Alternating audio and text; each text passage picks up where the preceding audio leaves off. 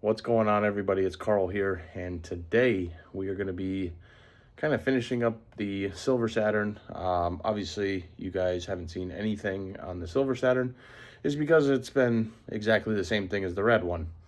And if some of you are going to complain about not seeing the whole process on the red one, well, I'm only one guy. I don't have a cameraman, so it's hard to film everything I'm doing, especially when I'm pressing out the bearings and pressing new ones in, because it's a two-person job. If you're using the the Maddox tool.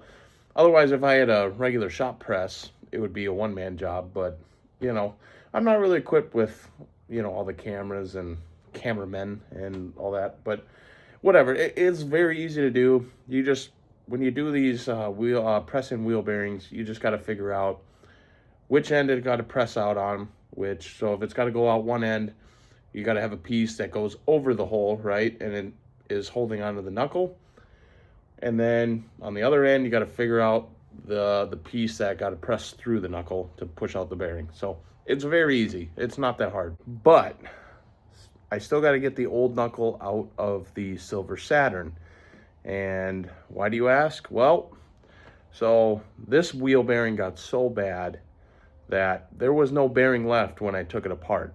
And all I have still is the axle sitting in there and the knuckle. And I have to replace the axle too, because it got chewed up inside the knuckle. Because, like I said, there was no bearing left, so that thing was just flopping all around, grinding everything, and it was bad. But the hard part is I still haven't been able to separate the knuckle from the control arm. Man, I tried hitting on it with a hammer, and didn't work. So I think my next approach is unbolt it from the strut and see if wiggling around and hitting with a hammer will work.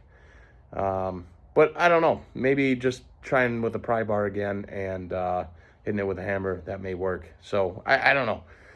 The axle should come out pretty easy, because I've already replaced that axle once, so it's not like it's been in there for 20 years. But we'll see. And then I'm going to get that knuckle on, and I'm going to show you the damage that was caused by this whole ordeal. Okay, so I got the knuckle out, and really all I had to do was change hammers and a bigger pry bar, and it control arm popped right out. So, but here's the damage, right? You can see part of the C-clip right here. That's kind of where there's like a hole, and you can get like a snap ring pliers and kind of pop it out. Now, the rest of this above this, right, you can see all the way around, that was part of the cast knuckle that holds that C-clip, and the axle was just grinding against it the entire time. And I'm telling you, I didn't take anything out. This is how it came apart. There was no bearing left at all.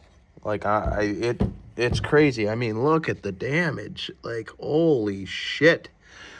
That was a bad wheel bearing. And so this is when I took this apart, this was kind of the decision. I was like, all right, I'm going to go get a new knuckle a used one from a junkyard. And that's what I did. And I was able to find one. And it looks just as rusty as this. So no different, Okay, so here's the junkyard one. And I mean, it spins nice, quiet, and it is the same knuckle as the other one. So this, yep, all pressed in, ready to go. Everything's the same on it. Yeah, really, I mean, it was, like I said, it wasn't too hard to press in this bearing. And once you do a few press-in bearings, it's pretty easy to do. And it doesn't matter how rusted that C clip or circle clip is, or whatever, or snap ring or whatever. They're not that hard to get out when they're rusty. All you got to do, just get some WD-40 in there. And like I said on one of the videos when I was doing the red Saturn, is take a punch with a hammer and just hit that ring all the way around. And just keep hitting it, because the vibration will loosen it up. And as you're loosening it up, that WD-40 or whatever will sneak in there and it'll break free the rust that's holding it in. And then eventually you'll be able to kind of move the end here and get a screwdriver in there. And then once you start peeling it out, it should pop. And it's not that hard. It's not that hard. So, I mean, there's other ways. Like I've seen a lot of people on YouTube do other ways, like trying to cut it out with a cutoff wheel or even like a air hammer or whatever, trying to make it spin. You know, you got to remember this is pretty tight against the bearing. It's not gonna, it's gonna be tough to spin around, especially if it rusted against the bearing and everything. So like I said, I found just hitting it with a punch multiple times all the way around with WD-40 or whatever, it works the greatest. So that's what I would do. But now we can mount this in the car and get it all bolted up together. And I'm praying that I can get this bolted in similar to where this was on the shock, so I don't have to do an alignment. I know it's recommended you should, but at least I know my toe is not going to change. This is just for caster and camber. So if I get it close, I'll be happy with it. And I mean, we'll find out with the crappy old tires that are on that car. I mean, I got to replace them anyways. And usually when you replace tires, you should just get an alignment check. I mean, that's just me. And that's why I hate Discount Tire, because they do not do alignments at all. They don't even have an alignment rack in the shop. They're only there to sell you wheels and tires, and that's it. And it's like, well, you don't even know if their alignment's bad. Like, why are they coming in to get tires if, and I guarantee you 25% of the time the alignment's bad and they're just replacing tires, but you're not doing them any favors. But maybe they're smart about that, and it's all about money and selling tires. I don't know.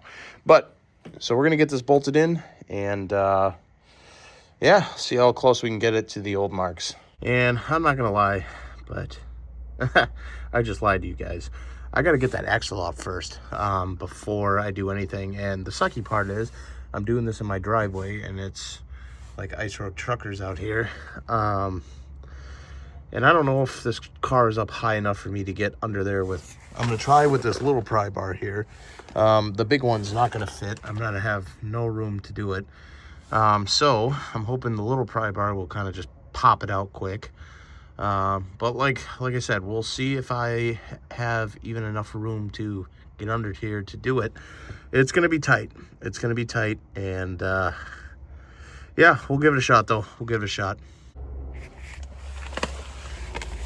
All right. Oh fuck, there's like no room. All right, so we're under the car. See if I can. Man, we need light. All right. So I'm under the car, and I did get the axle pop, thank God.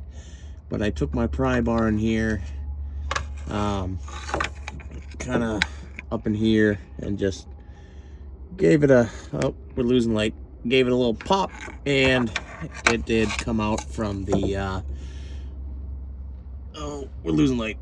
The support bearing there. So, mission accomplished. I should be able to pop the new axle in, and we can bolt that knuckle in, and we're looking at the finish line here.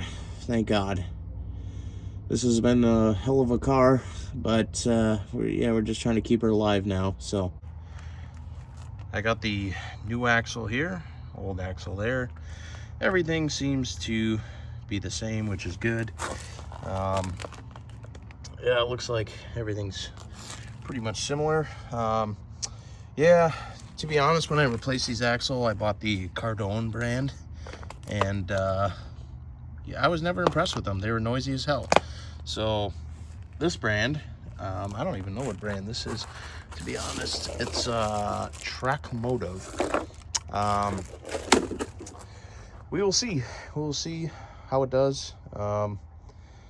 Like I said, Cardone, I wasn't a fan of. Man, they were noisy in tight turns. They would just, you can hear the clunking, even brand new out of the box, And I'm just like, you know, whatever. They were like $40 or $30 on Rock Auto back when I bought them. And this one costed me 70, even from the local, well, not local, but the cheapest parts place I know in town. Still cost me 70 bucks, and that was $5 over wholesale price. So they're not making much, but you know, they sell a lot of parts every day, so they're, you know, they're making money. But anyways, so we'll get this popped in, and then we'll get the knuckle in. Okay, so I did get the axle in, and as you can see, I got the whole knuckle in and everything. But to get that axle in, I had to take out the strut, just to get the axle straight, and then it popped right on.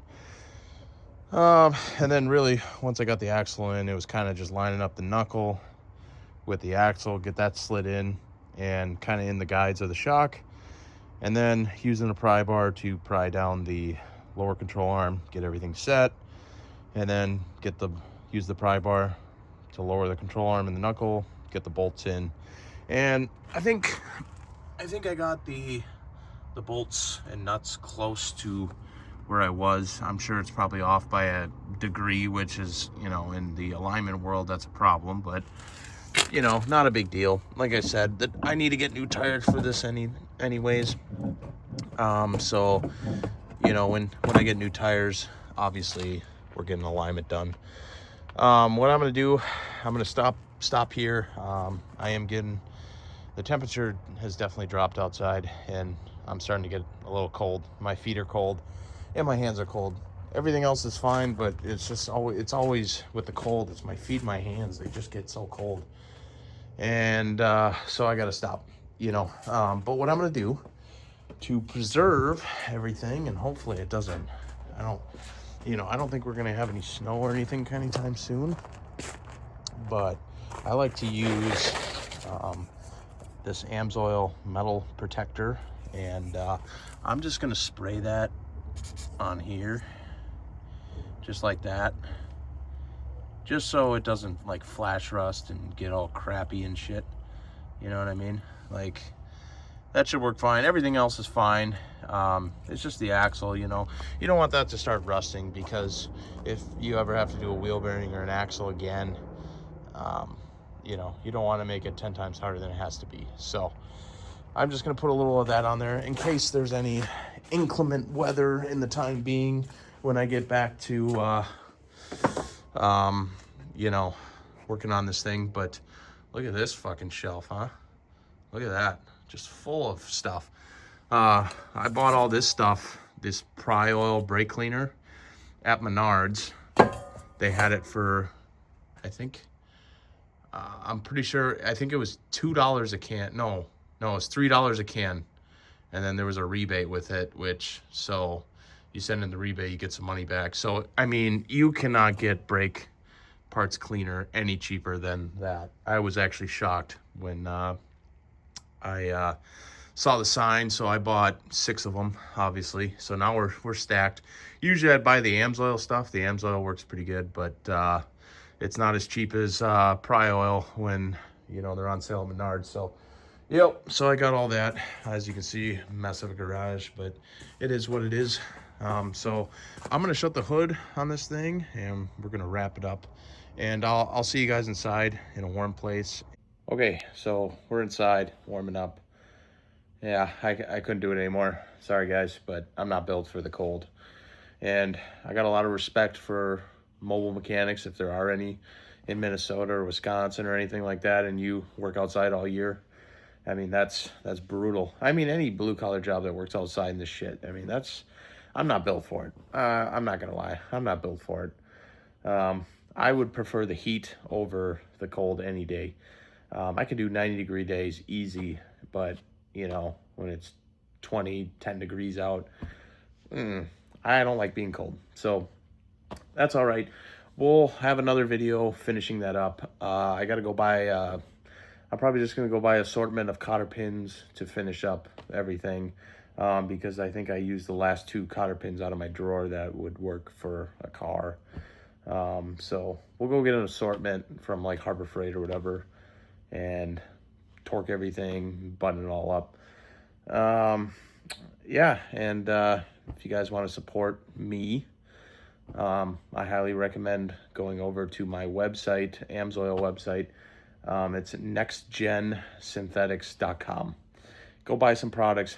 You know, all the commission goes to me, and you know, help me out. I mean, this car stuff is expensive, and I want to preserve this channel, you know, as best I can. You know, I fronted a lot of money. I don't even make money off of all these videos, so if you want to show a little bit of support, go buy some products from me.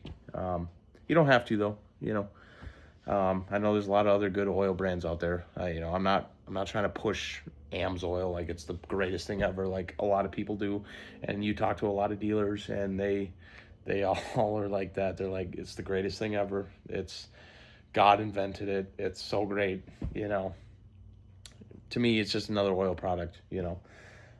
But yeah, if you want to show your support, head on over, buy some stuff. I appreciate it, you know.